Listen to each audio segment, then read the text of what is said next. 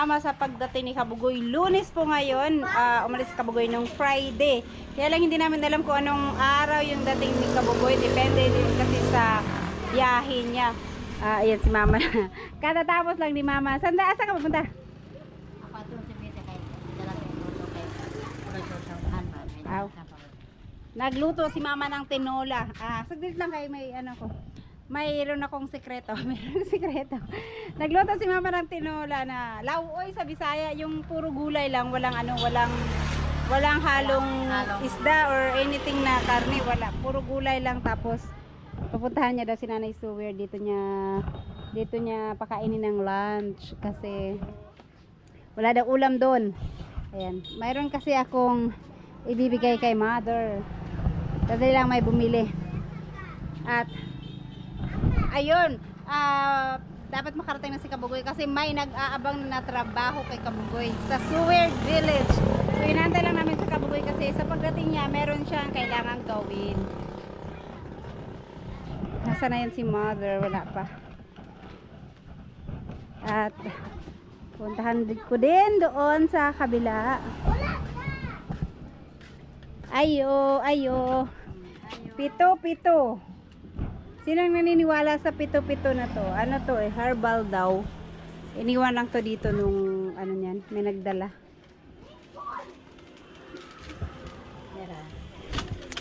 Ano na kasi mag-aalas 12 na kaya pupuntahan ni Mama si Nanay Stewart.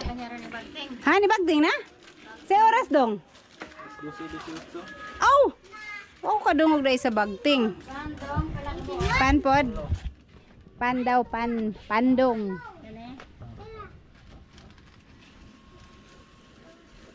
Abi na akong sayo pa ron. Iduha lagi ni. Kanang basta gagmay ang slice nila, himo nilang duha. Opat na dong, kulang kag 5. Ayan. Dito muna ata may ano lang ako. Noong kailan ba yun? Nakalimutan ko kung anong last week ba yun. Nang harvest kami ng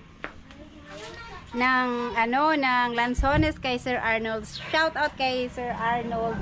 Naka-harvest kami ng lansones at nakabenta kami ng 2,100 kasi 260 kilos tapos may natira pa doon. Yan. Salamat pala kay Sir Arnold kasi binigay niya sa akin yung napagbentahan. Sabi niya ako na daw bahala dun sa napagbentahan ko. Kaya ayun. Syempre, bigyan natin ng parte si Ayan Ay! Magpasalamat ka kay Sir Arnold dahil binigay niya yung benta sa atin. Kaya, ating kapatid. Ating kapatid. Oy, Sir Arnold, maraming pong salamat. Ayan, si Cute Lola, Pabigyan 500. ako ng vitamins. Hey, salamat. Thank you so much. Ayan, kay Sir, kay ano yan. Alis ka? Ay, alis ka nga pala, saglit na nga. Bigyan niya yan hindi, kasi sabi ni Sir Arnold, ako na daw bahala dun sa pera. Kaya, general ko kay Mama yung 500. Kasi 2,100 yung napagbentahan. Salamat, Sir Arnold. Sana, sana kung nagmahal lang sana ang bunga ng lansones ngayon, pero sobrang mura kasi. Kaya, maliit lang yung napagbentahan. So, ayun guys, binigay ko kay Mama yung 500. 500 lang kay Cute Lola. 500 lang kay Cute Lola kasi si Ka-Shorties ay galing sa ospital, kalalabas lang ng ospital. Ang dami pa niyang kailangan gawin. Magpapalaboratory pa ng, hindi ko alam kung ano yun, basta marami pa at saka may mga maintenance siya ng gamot. Kaya ibibigay ko kay Ka-Shorties yung 1,000 para yung natira naman yung 500 600 pala, pang merienda ko sa mga bata. Yawars, Jimar, oh. Relax kayo. Ana, dyan na, basta rich, no? Basta rich kid, no? Basta rich kid, paupo-upo lang. Wala gyud ning lumaw ani, mura yung tag gibayaw ani. Mura gibayaw. Ani ron. Dong, oh. Kasi yung napagbentahan na lansones, ayan, oh, share mo. Galing kay Sir Arnold. Magpasalamat ka na lang kay Sir Arnold. Maraming salamat Sir Arnold. Pangdagdag sa ano Dagdag niya. to sa sa 14. 14. Follow up, check up. Mao na. Ikaw rin tagaan nga duha ta diri ka lingkod. Mao na. Nagpapasalamat ako dahil Basta walang damit. ngayon Paano wala na dawit. hindi na ako nag-inom ng gamot sa high blood. Nag-BP ako ngayon normal na. 107 over 80. Kaninang umaga.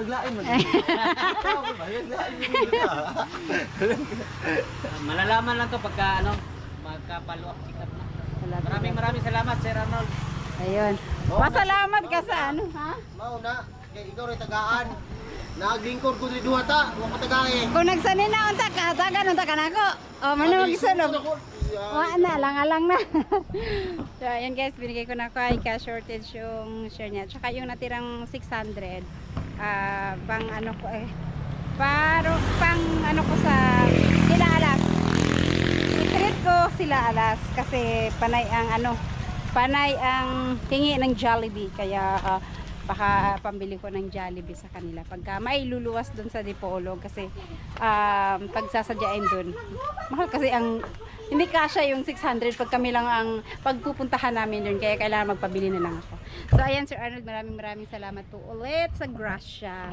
Ayan, good morning guys. So, nagwali si mama at may nawali siya ditong mushroom. Ang aga pala pag mayang hapon nasira na tong mga mushroom na to. Oh, look kayo oh.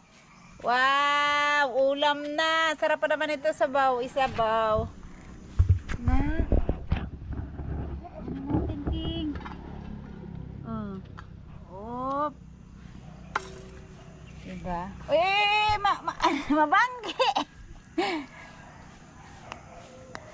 Ayan. Okay.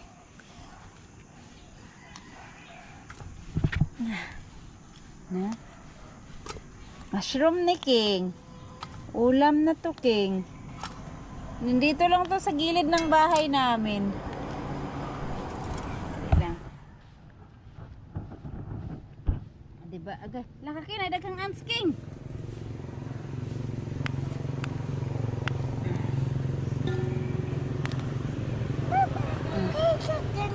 Meron pa, oh. Ano? Meron pa dito oh, sa puno ng saging. Saging oh, pero maliliit.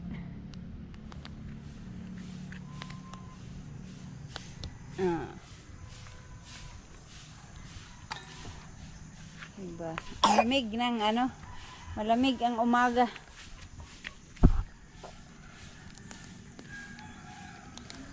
Ayan, wala na. Saan kaya yung iba nito? Hawada ka ng ants, King, oh. Ants na King, ano dito, King? Ayan, marami din. Pwede. King, let's go, King. Agay. Dada, yung lagi ko na daghang ants. Tumaak na og ants, King. Wala na, ma. Kanilang diri, ma. Hawada, King. Daghan na kayong kakot, King. Paakon jud karon na King, nanangatkat na nako King asaw to nako dapat ikan. Tara, dagan. Tara naman. Tara, let's go.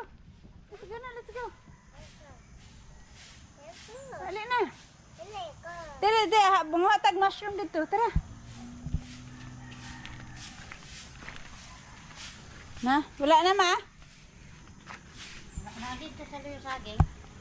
Naan dito saging. Ganang antay. Magkuhan ko dito. Ayan guys, nandito na tayo sa lote. Titignan ko lang yung mga lansones doon. Pero nadaan kami dito kay Nanay Biyang Gulay. Nang harvest din sila dito sa lansones nila. Pero, ay, ang dami rin bunga ng lansones nila.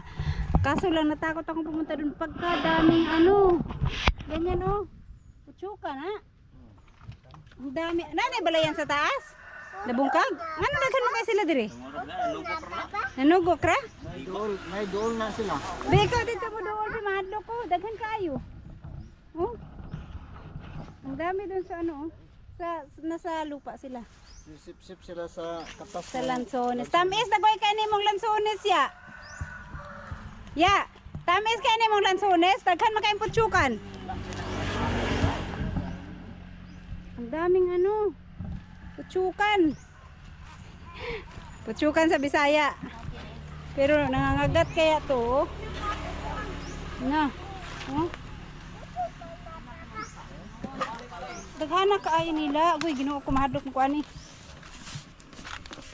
Daghana kayo tami siguro kay imong lansones ya. Kilawi diha. Kilawi daw. Ano?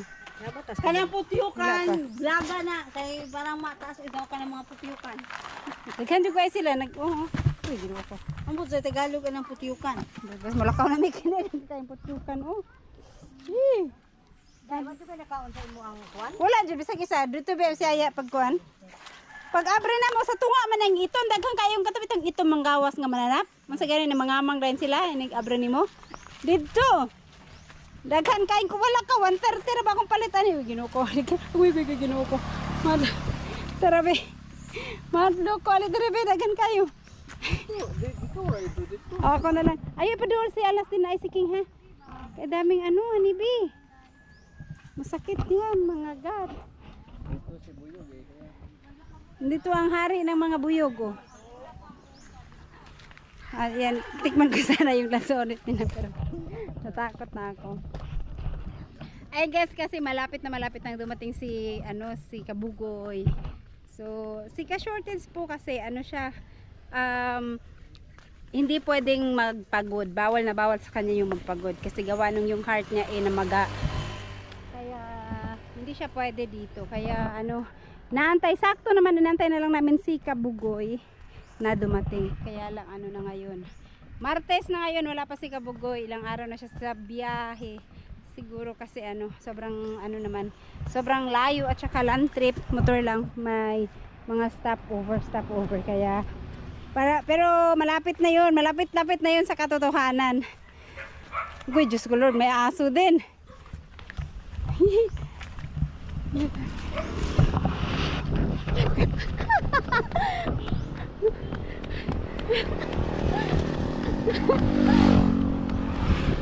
Be! Na! Gihabulan po kong iro! Na, may mga iro dito! Puti! Gigukod ko!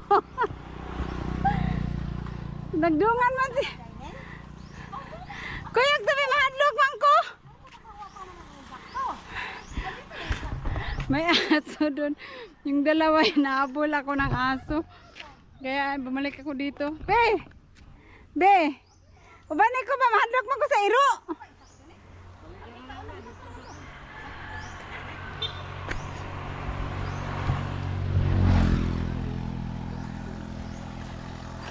Bihira ang aso. Nahabol. Hindi silang diyan. Sa'yo man lagi mo rin ng harvest ya? Sa'yo man mo rin ng harvest?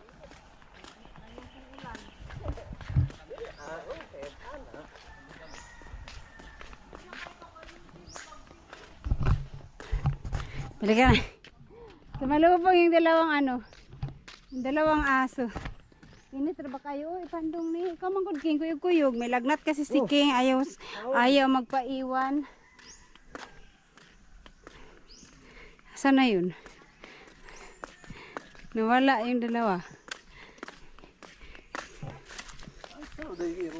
Na, hinabol nga ako. Tinignan ko nga kung hihinto sila. Tapos tuloy-tuloy pa yung takbo nila. Nawala man sila noon dere. Lumabas sila dyan galing sa loob ng bahay. Irong buong. Aray. Baka naglaglagan na. Ay, hindi pa. Meron pa rin. Nandyan pa yung mga bunga. Hindi pa nalaglag.